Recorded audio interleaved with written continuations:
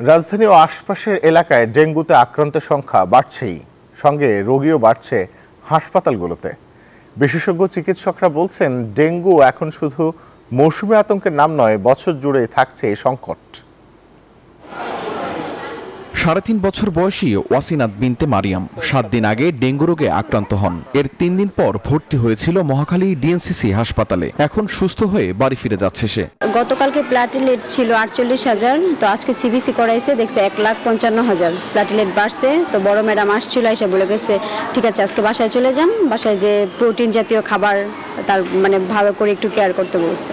Dengue শনাক্ত হয়েছে ৫ বছর বয়সী ইসরাফিলের। কমেছে প্লাটিলেট। সন্তানের এমন পরিস্থিতিতে দুশ্চিন্তায় মা হেনা আক্তার। টেস্টে ধরা গেছে যে ডেঙ্গু হয়েছে, পালস সব ঠিক আছে, শুধু প্লাটিনাটা বাড়তেছে না। বলছে যে কালকে হয়তো পশু যদি বাড়ে তাহলে কালকে পশু ছেড়ে দেবে। রাজধানীর পাশাপাশি আশেপাশের বিভিন্ন এলাকা থেকেও ডেঙ্গু রোগী আসছে ডিএনসিসি হাসপাতালে। বর্তমানে ভর্তি ১০৮ জন। এ সপ্তাহে মৃত্যু হয়েছে ২ জনের, আর এবছর মারা গেছে ১২ জন। বান্ডেল থাকলে প্রতি সেনমানিতে টাকা বাঁচবে। বিকাশ সেনমানি বান্ডেল কিনে জিতুন প্রতি লেনদেনে। বিশেষজ্ঞ ডাক্তাররা বলছেন, ভয়াবহ স্বাস্থ্য সংকটে রূপ নিয়েছে ডেঙ্গু। তাই জ্বর হলে অবহেলা না করে দ্রুত চিকিৎসা নেয়ার পরামর্শ তাদের। আশঙ্কাজনক হলো এবছর ইয়াং রোগী যারা, এরাও বেশ খারাপ অবস্থায় আসছে। ডেঙ্গু এখনো গুরুত্ব দিতে হবে, কারণ দেরি করে হাসপাতালে আসলে রোগীটাকে বাঁচানো কঠিন হয়ে যায়। তবে এবছর আক্রান্তের তুলনায় মৃত্যুর হার কম বলে জানান বিশেষজ্ঞরা।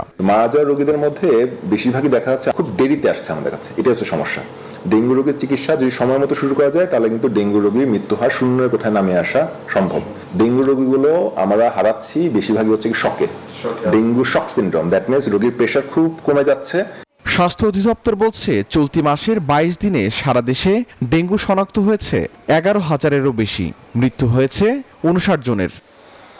শাহরিয়ার কবির, নিউজ 24, ঢাকা।